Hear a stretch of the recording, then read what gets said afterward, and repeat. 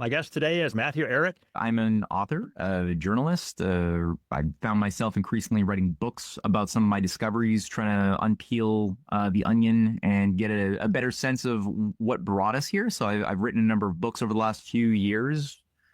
Untold History of Canada, The Clash of the Two Americas, The Revenge of the Mystery Cults, and we're increasingly, my wife and I, we founded an organization called the Rising Tide Foundation to promote more um, cultural work, educational reform, and we started making some documentaries too, sort of debunking various psyops, especially the UFO psyop, which is going to be getting louder and louder, not just as a distraction, but as something a lot more dark as well. So we've got that on the thing, and I wear a few other hats too, a cartoonist as well, but so I try to keep busy.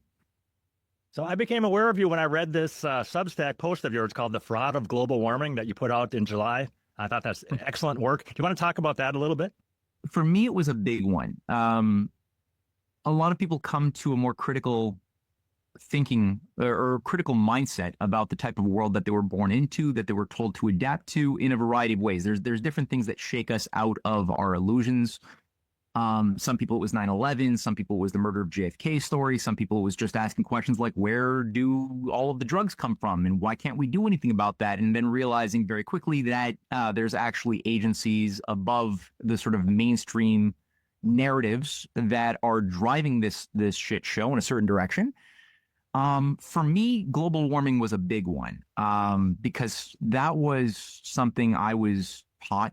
It's baked into our education system, and it's gotten a lot worse. I'm over 40 now, but I know that it was already bad when I was a young one in school. But now looking at how younger and younger kids under 20 are being fed this propaganda that human beings are the cause of global warming, that we're burning up the planet, it's traumatic. And when you realize that it's all based on you just start sort of asking questions about some of the core assumptions.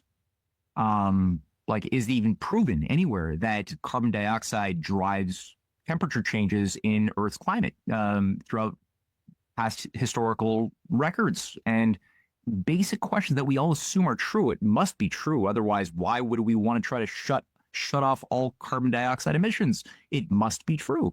It's not true. It's actually, and there's a number of scientific papers peer reviewed that have proven that carbon dioxide is something which doesn't come before temperature changes in deep records over multiple thousands of years of Earth's, climate history. It actually is something which comes after the temperature changes. So there's an increase of carbon dioxide when you have first an increase of temperature, and inversely, when the temperature decreases, we find that carbon dioxide emissions also decrease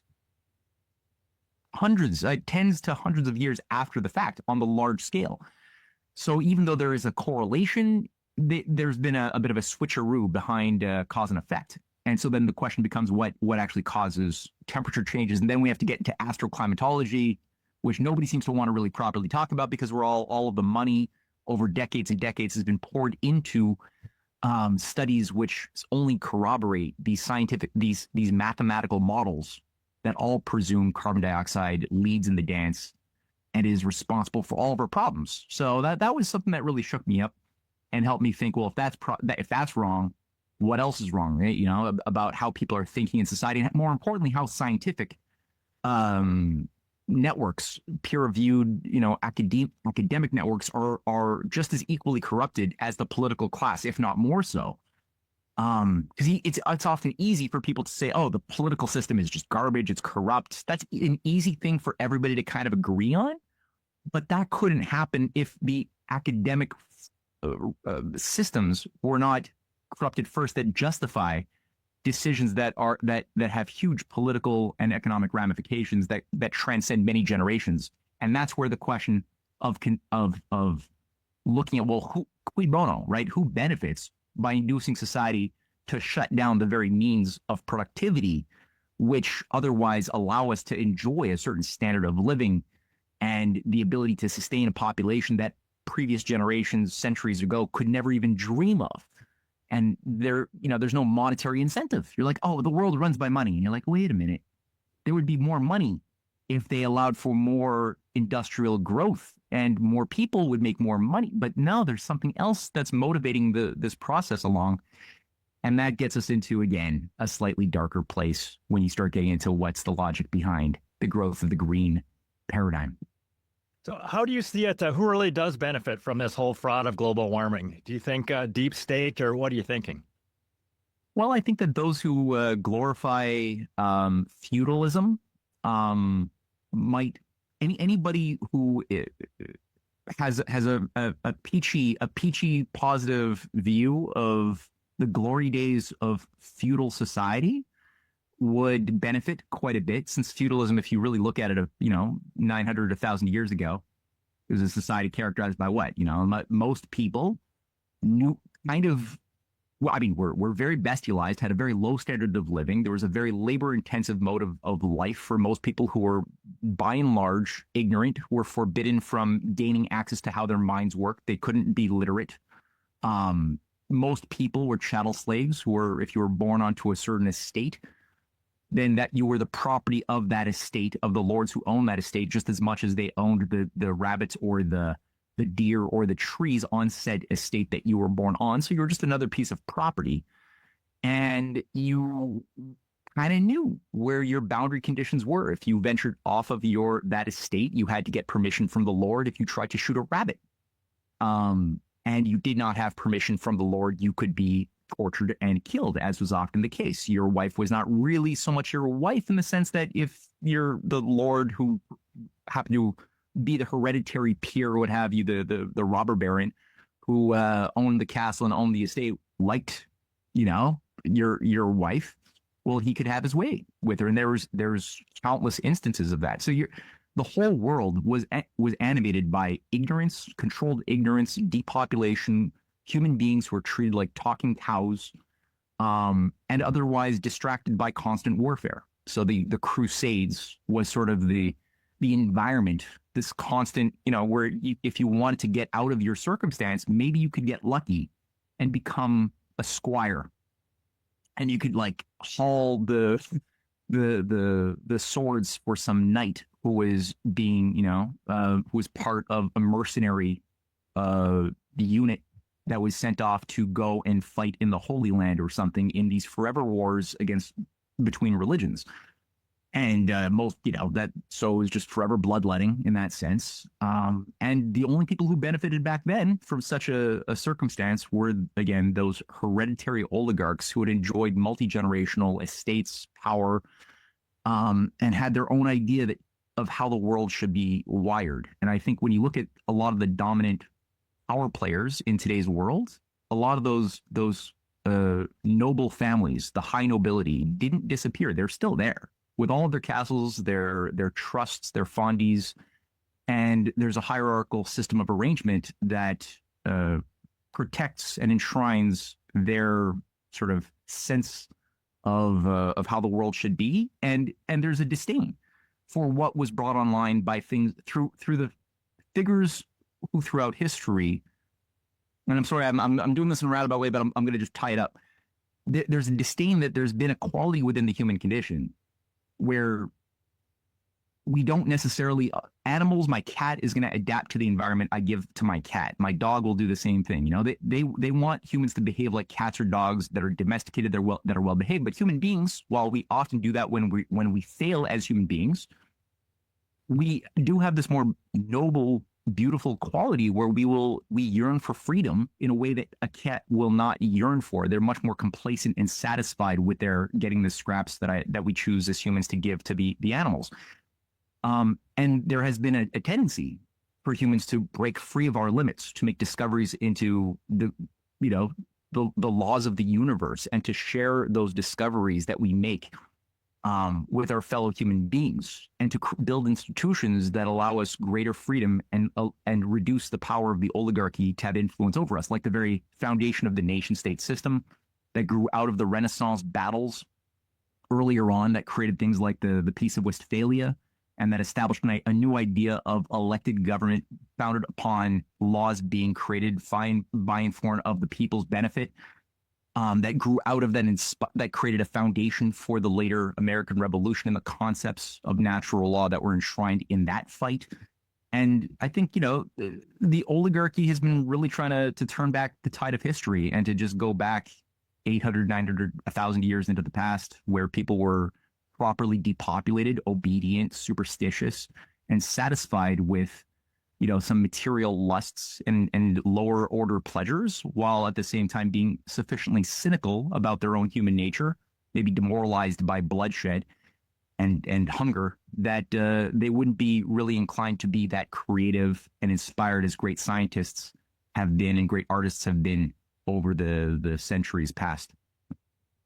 So, how about in the case of Mark Carney in Canada? How did he come to power? And he's got this no growth agenda, supposedly maybe to prevent bad weather, prevent Canada from becoming too warm. What's really going on there with him, do you think?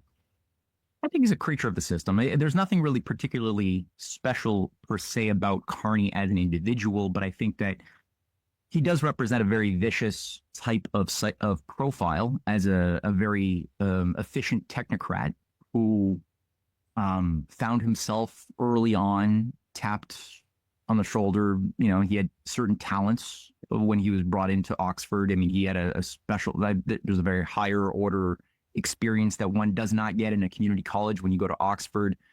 God knows what type of personal experiences he had while he was there. Chrystia Freeland around the same time had a very similar experience in Oxford too.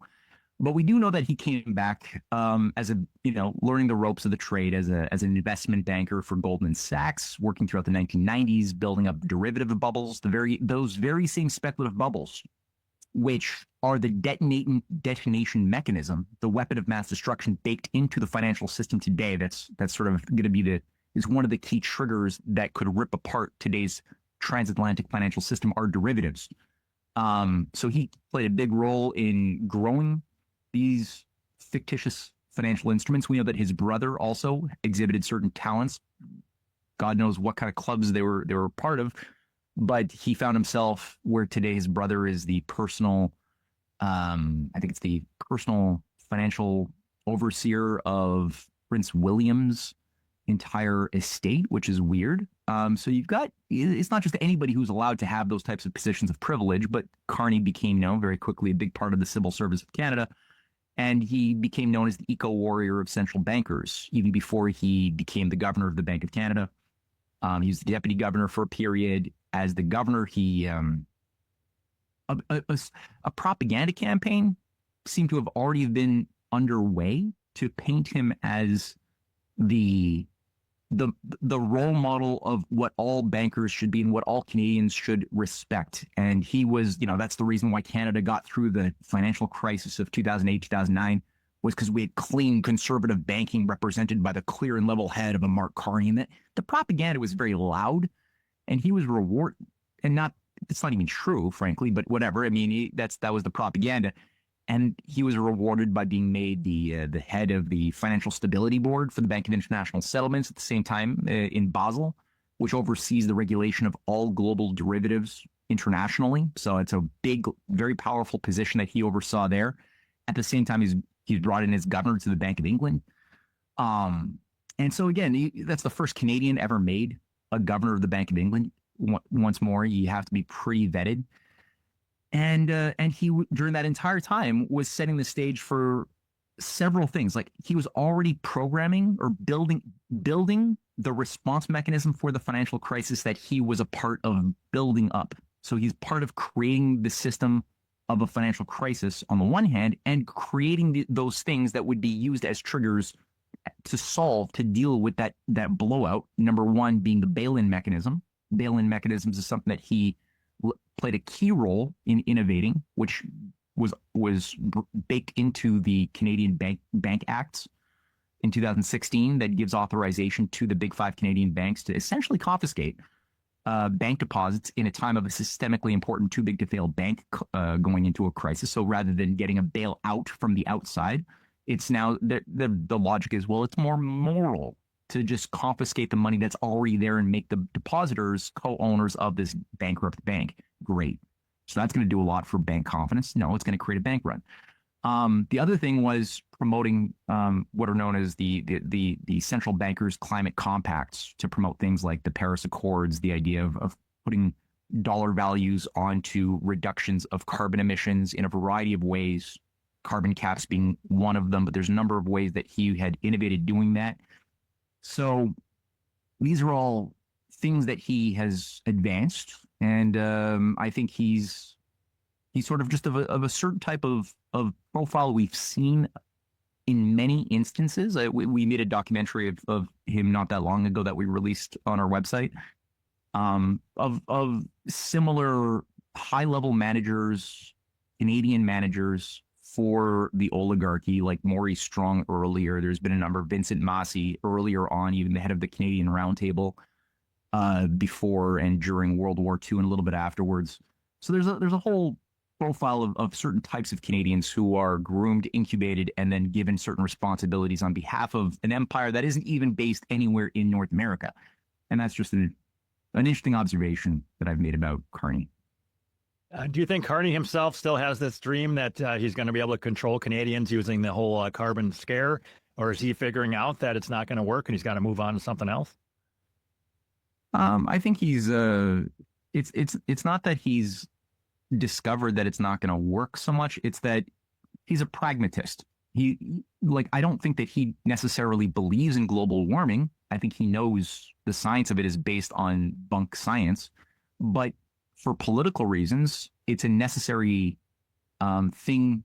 It's a necessary organizing principle. The belief in the idea of man-made global warming is a necessary belief around which political power can be projected and get people to willfully become the tools of their own enslavement and destruction. Now, I've gotten a sense that it's over the last several months, for practical reasons, the timeline has changed. It doesn't seem like it's expedient to have the accelerated hoped their best case scenario timeline for the 2030 decarbonization ideal, because there's certain nations of the world who have simply not behaved the way that they were expected to behave.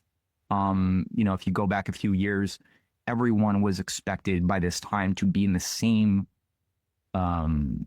building and obedient to the same protocols, such that when the building was detonated under a controlled demolition, everybody would be equally hurt. And similar solutions could be applied in a hegemonic way across the board, across all cultures and nations of the world. And I think that due to the fact that a number of nations from Eurasia, but I think there's been a certain movement in the United States as well that doesn't want to go along with a mass collective suicide program, have instead chosen to go for a pro-industrial orientation. I mean, we've seen the massive, some of the biggest investments in human history into mega projects, the likes of which humanity has never seen before, is happening right now and has been happening, especially over the last 10 years or so, where you have the Belt and Road Initiative that's built something like, I don't know how many hundreds of hydroelectric dams, water diversion projects, 40,000 kilometers of high-speed rail, hundreds of thousands of kilometers of regular conventional railway. There's so much going on right now that indicates that if they want to blow out the system and force carbon reduction in the transatlantic, they will not be able to control the terms and conditions of the new system that they want to bring online when you have these countries like China, Russia, other nations. India increasingly doesn't want to commit suicide. Many of those nations are affiliated with something known as the BRICS.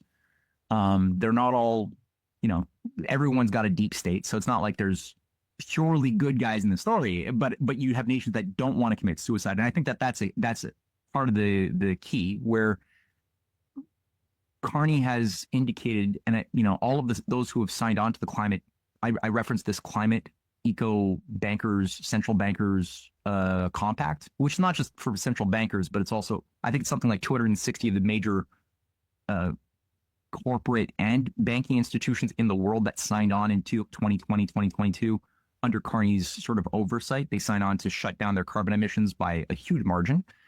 And adapt to this new type of system of valuing economic activity according to carbon reduction. They've all unanimously, over like 2 weeks ago, there's a big meeting, and they voted unanimously to say, we're not going to do that anymore. And Carney actually didn't exhibit that much frustration. I think he knew that if you want to destroy those nations of the world today that are not playing ball, we have to, for a temporary period, permit for industrial growth. And here's the delicate thing for people like Mario Draghi or Carney, the delicate, I would say, nigh impossible balance that they're trying to walk. Maybe they can do it. I don't think they can, but maybe they can. I don't know. But it is that they want to allow to utilize the natural resources that have been hitherto prevented over the past decades by the eco agenda across North America, especially in Canada. There's so much water resources in Quebec and Alberta, and so much, rare earths, natural gas. The Arctic too is replete with all sorts of high value minerals that are not accessible because we had no rail, we have no roads. We tore what little we had down. But I think they want to try to tap into it and have it directed as much as possible to military industrial purposes with as little benefit to the civilian economy as possible. So they're trying to create sort of a two-tiered economy, where on the one hand you have an AI, an artificial intelligence management system to control a grid for the plebes, while at the same time allowing for bursts of high-tech progress and industrial growth that we haven't seen in a very long time. Since before I was born, we haven't seen that type of thing, but they're trying to have that devoted principally to military purposes and not anything else. So I don't know how possible that walking that balance is, but I think that that's the guideline they're trying to do both in Canada as well as in Europe. So Alberta is one place where they're not buying the climate scam, and maybe even thinking about separating. The climate scam might be part of the reason of separation. Yeah, that's a big one, for sure. They're more the Albertans, and I go to Calgary quite frequently and adore speaking to Albertans. It's one of the few places where I feel a culture of true patriotism and citizenhood that I don't experience in other parts of Canada. And it's a breath of fresh air. It's good for my soul. A little bit of the common thing is that there is still a real economy there where people work real jobs in the real world and are thus less ignorant about basic science of energy, basic science of like what does it take to make the world work in the metropolitan city centers of the east of Canada, but also Vancouver, and you can go to a lot of these big, more decadent city centers where white collar economic practices have become more hegemonic over the past decades of being in a consumer society. There's such a psychospiritual detachment from reality. People just they think their cornflakes come from grocery stores. They think they have no concept. They think that windmills can somehow make all of the joys we have, or all of the benefits we have in our current economy and the lifestyle that we expect to enjoy. We think they actually are taught to believe that windmills can make that happen, that solar panels can make those things happen. Scientifically, it's not true. It's on so many levels. These things we're told are green energy, utopic solutions to all of our problems won't even come close to sustaining the lifestyle that we would expect in a first world society. And yet, if you were actually in a blue collar world where you're making things, where you're thinking about when you look at a cup or you look at a plastic thing that I used to spray plants, I'm not just thinking that this grows out of a store. I'm thinking about the petroleum products that go into making the plastic. I'm thinking about the productive system, the machine tools that are behind making the machines that make the product. That there's a whole web of interconnectivity, and that's just something that a healthy society should be thinking about. And Alberta is one of the places where it still exists in some measure. Thank God. Though, again, there's concerns I have there too. But overall, that's where the greatest hope I see coming out of anything revolutionary is happening in Alberta. Do you think that these elite people who believe that the food comes from a grocery store, are they beyond hope, or is there any chance that they will figure this out, or do we need some sort of huge disaster to make them figure it out? Tough one, eh? You wonder. I don't want to say yes, because it's like, what kind of disaster, or what scale and magnitude of a disaster do I think people? need to be shaken up out of their illusions? Is some measure of discomfort necessary to kick their ass and get them to realize that the beliefs that they thought were reality are not? Yeah, it clearly has to happen. But it's so difficult, right? These types of questions, because our society has fallen so far. It's fallen so far. We've let it get so bad. And at what point does the necessary spanking become a decapitation, right? And you don't want to. It's hard to know, like, well, how far can it go before where something good can come out of the pain versus it becoming something unbearable that could just go beyond the threshold of reason into civil war and complete population collapse, the likes of which we perhaps have only seen during the little dark age of the 14th century, or the big dark age, maybe. I don't know. It seems like we're a bit of a precipice where it's too easy to imagine really big, cataclysmic things happening while the system economically is breaking down systemically. It's not like a localized thing like in Weimar Germany in 23 that was much more localized, or in Zimbabwe, over the last 2 decades, the hyperinflation was localized. Today, it's a much more systemic breakdown. And the threats are just so unimaginably to human existence if we allow it to go this course. War as well has such bigger repercussions with nuclear arsenals being what they are, and just looking at all the trigger points of potential conflagration on the China front, on the Ukraine front, on the Arctic, which Carney also has been, calling for the militarization of the Arctic. He's been calling for things like, anyway, it's a lot of bad ideas floating around that could do a lot of damage. Do you have a lot of worry about some sort of huge financial reset coming soon for the Western world, and maybe new type of money, some sort of central bank digital currency where we all are rationed how much meat we can buy, all that type of stuff? Is that an actual real threat that you're worried about? Because I am worried about that. Yes. Yeah. Is there anything that we can do to prepare for that? Do you have any thoughts on gold or Bitcoin or anything else, or just stockpile plenty of food in your own house, or what?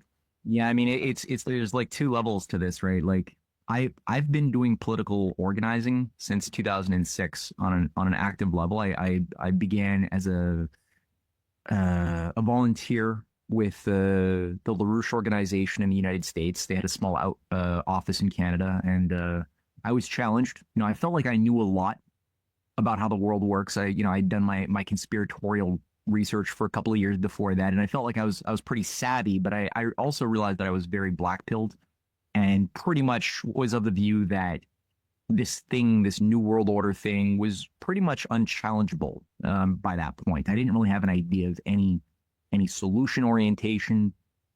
So I was challenged in a positive way by this organization to go and lobby in Washington, D.C. around certain specific policies that I didn't really even think, I didn't know that these were even options, that involved reinstating or utilizing the power of the sovereign nation state, which has a huge amount of power if it's used as an instrument to break the stranglehold of the major Wall Street, London banking structures that are above the nation state, but that are that have influenced and infiltrated many of the institutions of the nation state itself, as people know. I didn't realize how these things had been taken down, how patriots had been fighting throughout the past and had made policies that were able to cripple the control of Wall Street, such as Glass-Steagall was a big one in the 1930s that broke up many too big to fail banks, put many bankers in jail under the Pecora Commission. And there was a big fight back then that I was recruited to restore Glass-Steagall, to break up the banks, do all of these things that should have been done in 2008, wasn't done. Did similar things in Canada. We had some progress, but I got a sense that it made me change my attitude. I was less black-pilled, though I still was cynical, but at least I had an idea of a fight historically that I didn't have an access to, and I had a sense of my participation in something positive in the current world. So I've been a very solution-oriented, top-down person. Even after I left that organization in 2017, I kept that attitude generally intact for the last 20 years. almost 20 years, of thinking, okay, top-down solutions. What can be done to save the nation state system, to create a system where the oligarchy is reduced in their influence massively, where human beings are permitted to really have better, fuller access to their creative, psycho-emotional, spiritual potentials. What's needed for that, and how can we advance that? There are ways, and there are things that are being done, though unfortunately, I don't see a lot of that in Canada. I don't see the transatlantic as a whole. There might be elements of that fighting and that orientation in the United States, but overall, the transatlantic is in a pretty bad spot. I've increasingly had to find a sort of a second mental path at the same time that's more tactical. I got my broad strategic vision that I know it needs to be done. If we're going to survive, certain things need to happen. If we're really going to get out of this, I know that. I could talk about that. I've written about that. Glass-Steagall just being one of several major things that has to be done for nation states to reorganize the banking system, to build something that's founded upon natural law, where the new economic architecture is going to serve the interests of people and the creative needs to make discoveries, apply them in new technologies, and overcome limits to growth. I know there's a way that works. Again, the works and studies of Lyndon LaRouche are very, very useful at charting out, at sort of making transparent how this process has worked and can work again. That being said, I'm not a prophet. I have no crystal ball. If that doesn't work, and I'm unfortunately not seeing enough that's indicating to me that there's qualified leadership to make it happen, or a qualified population that is wise enough to recognize this. We need to change a little bit and get better at this. I would say, yeah, gold, have a backup plan. If there's things that people can do to buffer themselves, but I also know how demoralizing that can be for most people listening who are living paycheck to paycheck, living in debt. So if I say, yeah, buy gold, buy precious metals, try to get land, try to pay off your debt. I mean, yeah, okay, true, everything I just said. If you can do it, do it. But I also know most people cannot do that. So I have trepidation when asked about such things as well. I do think people need to get very informed, because there's a lot of psyops, a lot of narrative wars going on right now to remove from our focus the discoveries we should be making and the actions that could flow from said discoveries. Especially in regards to how Wall Street has been taken down on multiple occasions in the past. What is there today? The Arctic development with Russia, with China, with other nations is a big one that Canadians would benefit by. And I think if you had a real freedom movement that was animated by a real concrete idea of great projects of what you want to build, and where there is no vision, the people do perish. So if we have a proper vision and can organize people around ideas that are outside of the agenda of the depopulation technocrats, that really want to do things that are going to reduce our power to exist, and instead do things that are going to increase that power to exist, we got something we can work with. But we need more, I think, education in the freedom movements across Canada and the United States as well. COVID woke so many people up, I think. So many people are saying that they don't just trust the experts anymore. And the climate scam, from my perspective, is straight up crumbling. I'm keeping a Twitter thread about the banks moving away from the banking alliance, and even city councils in the UK that are they're moving away from it. I think people are waking up about the climate scam, and I think that's absolutely critical. Yeah, absolutely. No, the green agenda thing, the Paris Accords, I mean, the U.S. got out of it. I think it's demonstrated. There's a wake up call happening that there's no way that this is going to be viable going forward. So I think they've let go largely of the climate accords. Of course, again, there's very powerful ideologues who are simply doing this for an expedient, momentary capitulation, but they intend to just simply adapt for a short term to a more reasonable system of industrial orientation, with the intention of sabotaging it in the future. But I am hoping as well, like you, that a sufficient amount of positivity is going to result from this that will wake even more people up to the fact that we were living in a bad dream, and that we need to get back to fundamentals about how productivity, how life, how economics is supposed to be wired, that we don't permit those so-called representatives who have created such a disaster to our economy over the past decades, we don't permit them to do the same thing again. So hopefully that works out. Do you think we are in the fourth turning? And if so, where do you think we are in the whole fourth turning thing, the bad times followed by the good times? Well, the way I see it this way, I don't subscribe so much to the fourth turning model, but what I would say is like that I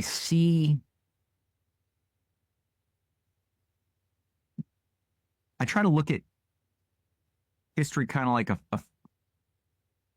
like what are the physical principles shaping our potential, and it's partially physical, like so it's partially physical, like as far as the destruction of manufacturing, of heavy industry, of vital infrastructure.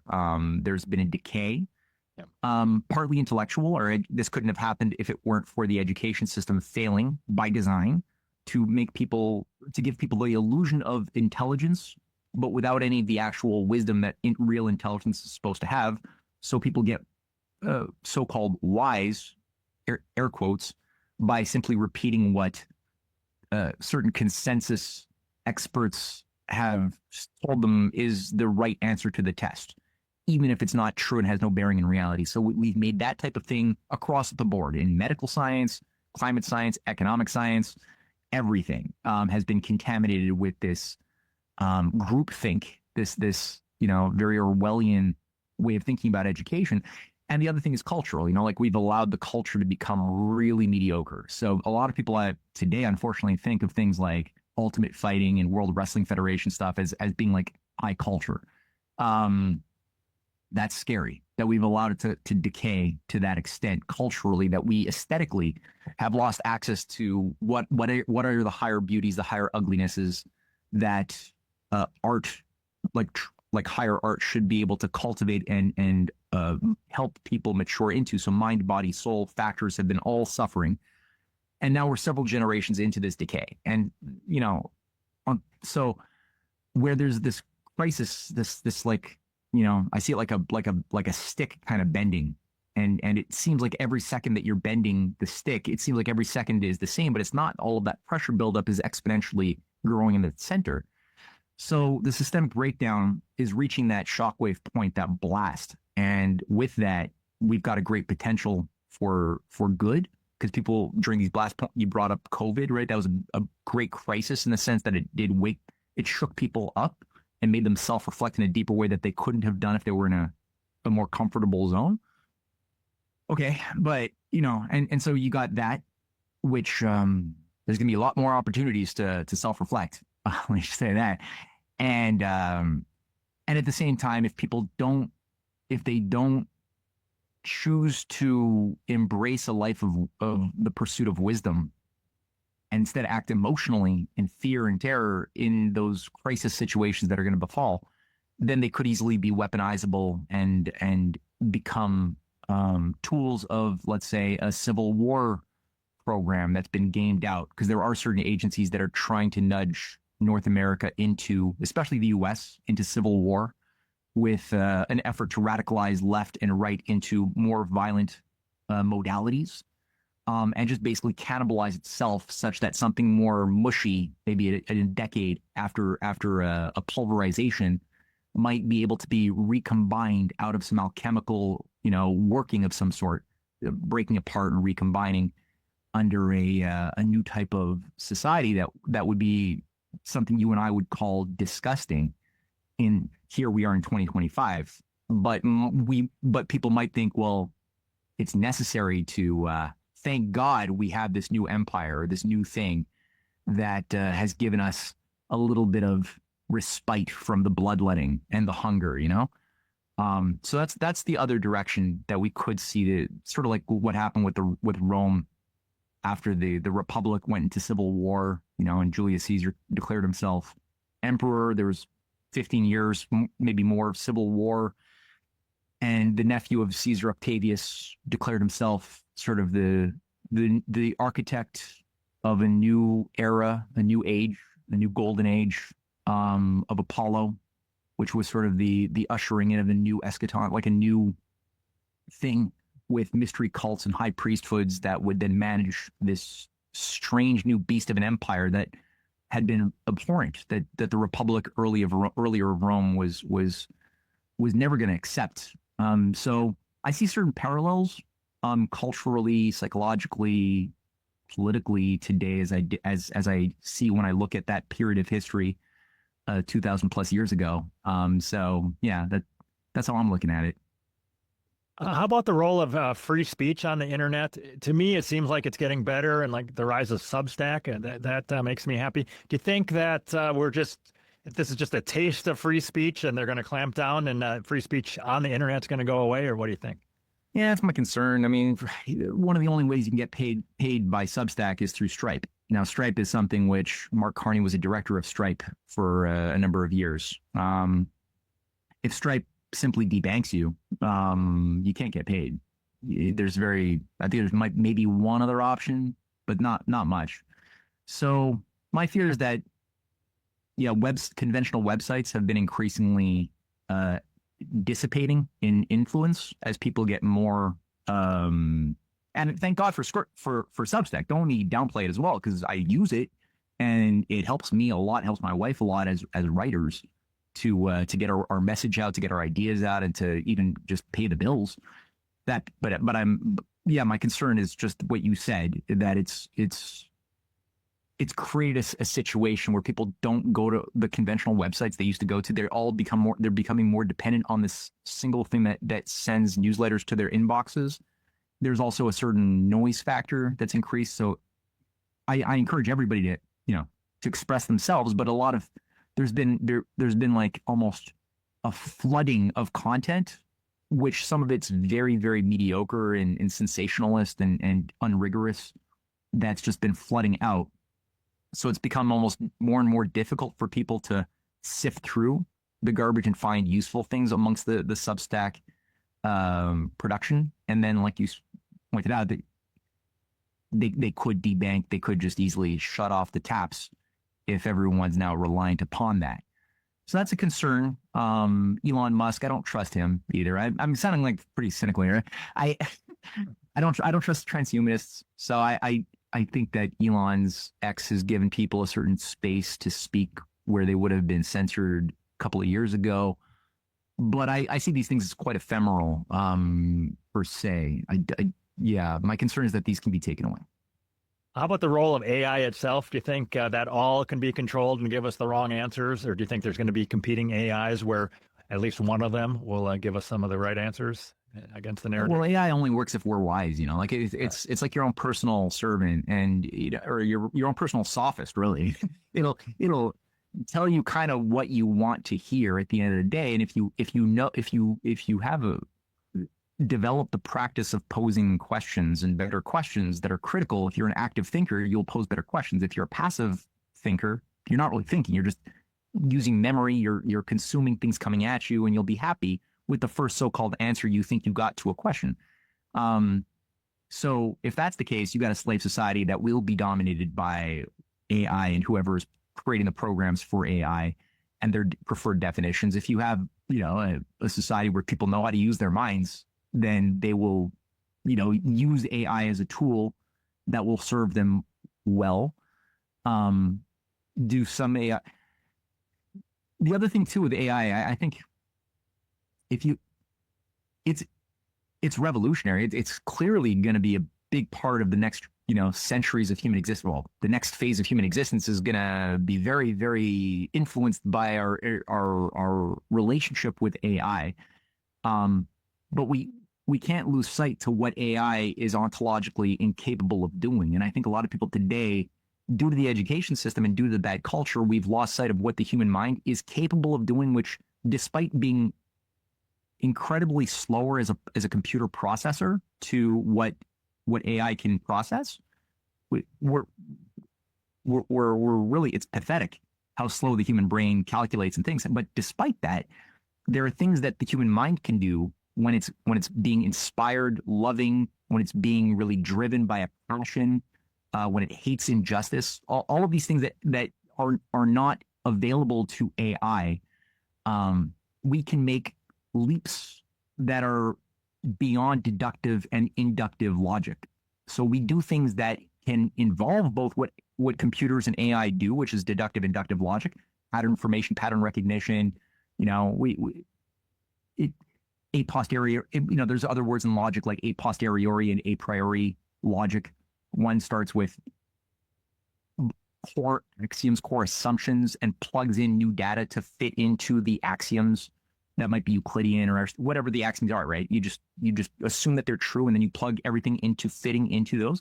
Or inversely, you can just look for data and then try to find patterns and then extrapolate patterns and call it universal. We can do those things, albeit slower than computers, but we do more when we're healthy, and we make those discoveries by generating new hypotheses that resolve paradoxes, ontological paradoxes. The way Kepler's discoveries back 400 years ago were able to resolve certain paradoxes about the retrograde motion of Mars, which no computer would do. All other computers, if they were available in Kepler's time, if AI was available, it would have come up with ever more perfect models of whether the Tychonic or the Ptolemaic or Copernican systems with their epicycles and sub-epicycles and sub-epicycles to make the model of the planets appear ever more closely to what the data shows, but they would never be able to break out of those core axioms of perfect circles, moving on perfect circles around mathematically equidistant imaginary points that would account for why certain planets like Mars do a retrograde every 2 years for 2 weeks and then go and do it again. Jupiter, it's like 20 years, but it still also does the retrograde. All planets do it because they're ellipses, right? And so the harmony, the discovery of Pythagorean harmonics that Kepler was able to tap into is tied to a poetic impulse, an artistic impulse that he had that was well cultivated inside of him, and a passion that people like Max Planck and Einstein were able to also tap into something similar through their own immersion in Mozart and classical music, and they played together. And so they both described in their own words how when they were incapable of solving a certain problem mathematically from this purely logical formal domain, they would go and play their, Einstein played his violin, Max Planck, who discovered the quantum, he was a concert pianist, and they would perform, and that would unlock their creative juices, and they would look again at the formula from a completely new spiritual vantage point and see concepts that they couldn't see otherwise. And it wasn't mystical, although there was a spiritual quality, but it wasn't irrationalist. It wasn't just like gnosis. It was something that everybody can do. And the oligarchy, I think, has been trying to obscure that fact from us. And because of that, we've become easily induced. Again, many Hollywood films and shows on Netflix have also reinforced this story that human beings are simply naturally inferior to the more efficient next phase of evolution of self-thinking machines that are supposedly going to appear with the singularity that some say is 2045 or something. But it's all, so people, by virtue of the predictive programming, we shut off our own powers, and it becomes the Pygmalion effect by not being creative. By thinking like inferior computers ourselves and thinking that that's what normal humans are supposed to do, it becomes impossible to refute the argument that humans will inevitably replace us unless we merge with them, like Elon Musk wants us to do by merging with Neuralink to stave off our inevitable dissolution or extinction as a species by a few more centuries, maybe. But it'll inevitably happen, and we'll become, some sort of silicon synthetic construct being in the future when we. Anyway, it gets crazy, but that's how people are being fed the idea of what they are and what AI is. And can AI serve us well? Yeah, absolutely. I think it can do a lot of great things. Look at the way China has just built one of the largest hydroelectric dams in history. It's just been built. It's going to increase food production massively. It's going to make electricity super abundant for industry and residential use. It's a beautiful dam. It's impressive to watch the videos of how they built this thing. Almost no people. This is the first hydroelectric dam built almost entirely by automation, machinery, AI, management of very complex systems. Almost no people were involved. And that for me is like a healthy approach to AI on a hard economic level, sending AI, which can do certain types of learning on the spot into hostile environments, maybe in deep mining within the Earth or within asteroids or within other planets. That's useful, where you don't want to put a human being into a fragile environment. Having, systems that can kind of learn on the go a little bit, that's good. Maybe doing data about the solar corona, or doing things around the sun. AI can be very good for those things too, and just basically, I use AI for our documentaries. It's helping me we want to make a chart, a graph, make some visual imagery that helps tell the story. That's great too. But the danger is when the AI starts telling the story. If you start relying on the AI to say, hey, tell a story about this topic, and people are doing that, even in the alternative media world, I know several people who do this, and that's dangerous, where whole powers of composition are going to be eliminated by having these things do the type of creative work that humans should be doing, instead of simply supporting the human thought process, right? So those are all my concerns about AI. So speaking of grand projects, I really enjoyed listening to you talk on other podcasts about a railway possibly between Siberia and the U.S., that they were talking about doing that as early as maybe Civil War times. Do you see lately, is there any more move afoot to try to make that happen? There are, yes. Putin and Trump did meet in Alaska a couple of months ago, and that was a very interesting choice of location. And as you noted, in my reconstruction of Canadian history series, I discovered that a big part of the Canadian character was formed entirely by the battle that the British Empire waged against the patriots in both Russia and the United States in the 19th century to prevent the extension of the transcontinental railway that Lincoln had built up through British Columbia, through Alaska, that the Russians had just sold after the Civil War in 1867 into Eurasia more broadly. And that was really something that was terrifying many oligarchs back then, because it was presenting a new type of philosophy about value, about the role of nation states, about the role of multiple cultures, working on something which is universally good and beneficial to all participants. It had so many layers of positive effect that it's mind-blowing, and it really should have happened a long time ago. Russia and the United States are separated by just a few miles. There's two little islands, the big and little Diomedes Island. It's like 4 miles difference. One is Russian, one is American. And then on either side, you got 50 kilometers, and then you have Alaska, then you have Russia on the other side, Vladivostok and other things. So the feasibility studies, Russia already offered $60 billion to start the project. Back in 2007, Putin first offered it. And this is an old project. Again, the designs from the 19th century are available for everyone to find online by William Gilpin and many others. The Carnegie, I forgot his first name, Joseph Carnegie? Anyway, before he completely went morally bankrupt and was still a pro-human industrialist in the 1880s, had bankrolled also studies to figure out how this could be done. Tsar Nicholas II, before he was killed, also commissioned American engineers to go and do the study in 1906. It was well publicized in all American press that this rail line was going to be done. Unfortunately, a Wall Street, London-funded revolution disrupted Russia's development at that time. A couple of bankers' wars got in the way as well, and people kind of forgot about it.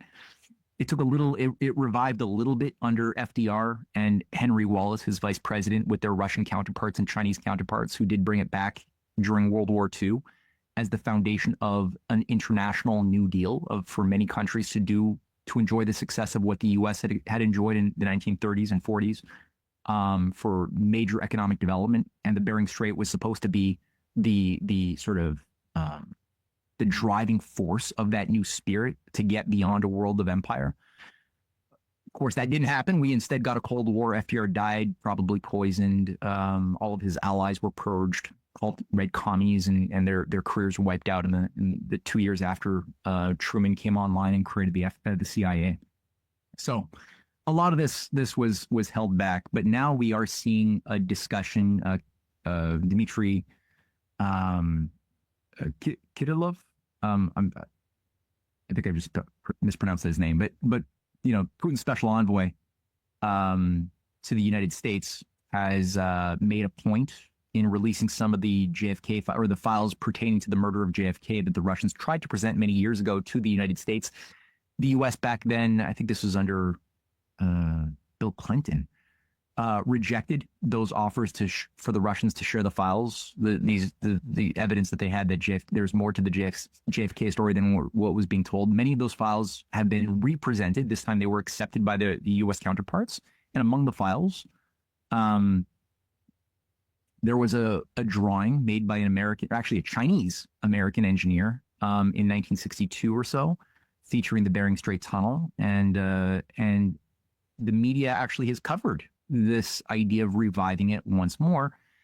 And many Russians are for it. I'm about to go to Russia in a couple of weeks to present actually on my work on the Bering Strait program. We made a documentary promoting it, going through a lot of this history. And so there's a huge amount of receptivity. It's in all the mainstream press all over Russia. It's been like that now for a number of years, but it's really accelerating. And it's and also China has made an offer in 2014 with the Russians to build the Bering Strait, but Obama didn't want to have anything to do with it. That offer, I think China still wants to do it. And they want to see America and Canada have adopted different character than the degrowth, anti-industrial orientation that's been driving us into insanity for decades and decades. They want to see us become good again so that we could be reliable, cooperative partners with them.